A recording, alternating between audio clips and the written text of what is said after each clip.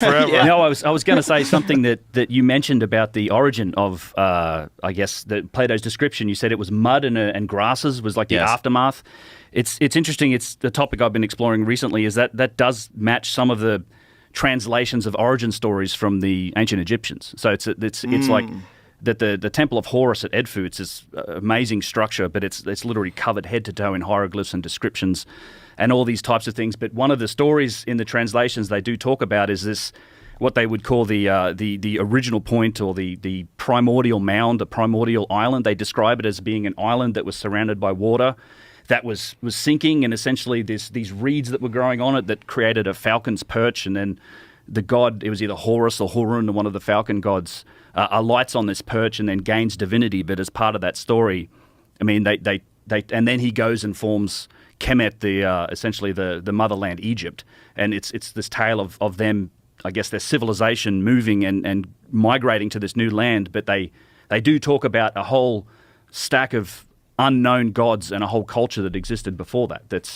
It's an interesting correlation. It's something that Graham Hancock speculated about in his work with the Temple of Horus at Edfu.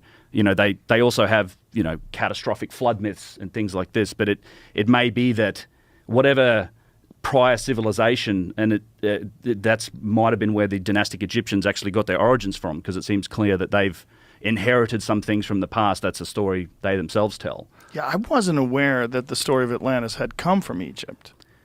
That's one of the most bizarre parts about it. I didn't know this until just a few years ago either. It's like, oh, wait a second, Plato, his distant relative Solon had traveled there in search of knowledge because Egypt was the place to go for it. And it was the priests of the Delta that told Solon, and they said that so 6,000 years or 9,000 years, prior to the time of Solon was when the sinking of this city happened, and that works out to be 9,600 BC, so 11,600 years ago, which is bang on exactly where now the geological evidence points to basically the end of the Younger Dryas cataclysms. Like we know something happened at the start at like 12,800, 900 years, and then 11,600 years ago was that end of the Younger Dryas that brought us up out of the cold spell and into the Holocene. Isn't it crazy that that's a full 1,000 years, and we think about it in like the same time period?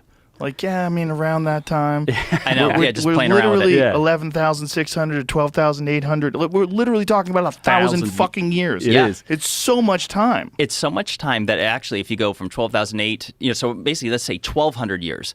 The English language, Old English, is only like 1,400 years, and Modern English is only like 400 or 500 years. So this is such a wide, a long period of time that we weren't even speaking the same language that in that same 1,000 years ago. When you think of it like that, it's a different world. It's nuts. And if you think about the people that lived 1,000 years ago and how they lived, all of this that I've learned from Graham Hancock and from Randall Carlson and from you guys, all of it is so astonishing, and it all fits into place. It all makes sense. Like, why are we so fucked up? Like, why is civilization so wacky? Why do we have these weird structures that no one can really explain? And when you think about the fact that there's so much evidence that we were hit by comets, that we were hit by large objects. Like, I didn't know about that enormous crater that's in Antarctica. Oh, yes. I don't know all the details on how old that one's supposed to be, but it's one of the largest, isn't it? Yeah, there's a big one in Antarctica. I don't know that much about it, but another one have you heard of Berkel Crater? That's another one? Yes. Yeah, Berkel Crater, like the 20-mile hole in the bottom of the Indian Ocean. Yeah. Yeah, it's crazy. Yeah. And when is that supposed to be from?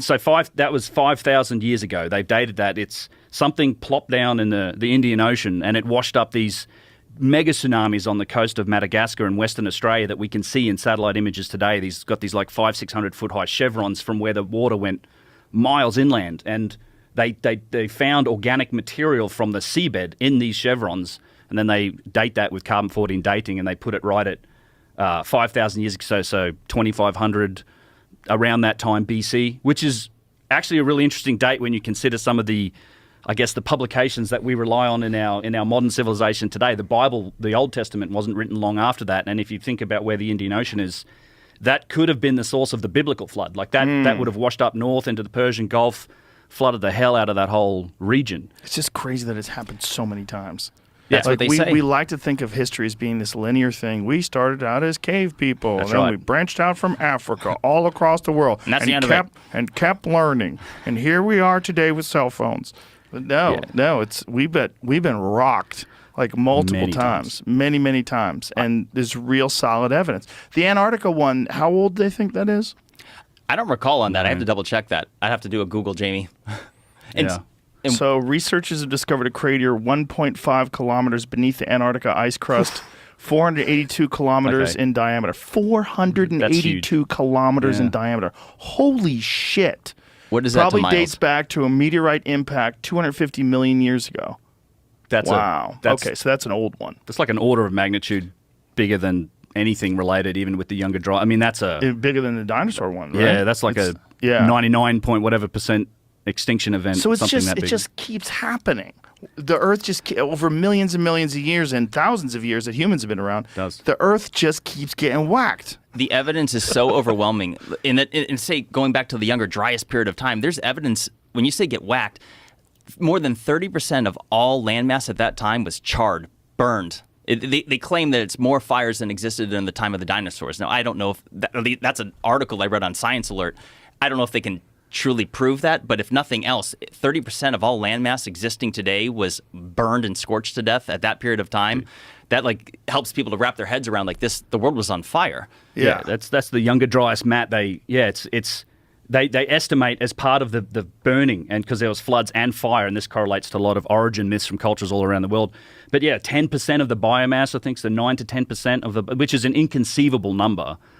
That's how much of the world was burnt, and that's now embedded in this black 10% of the biomass. Yeah, it's so crazy that there's literally a dark line. Yeah, in the ground that shows where everything was on fire for a long fucking time. Yep. Yeah.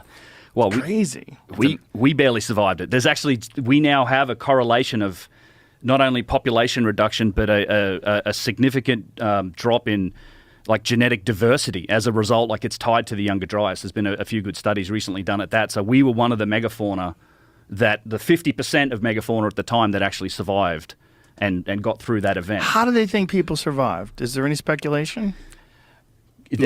And where did we survive? Where was the good spot?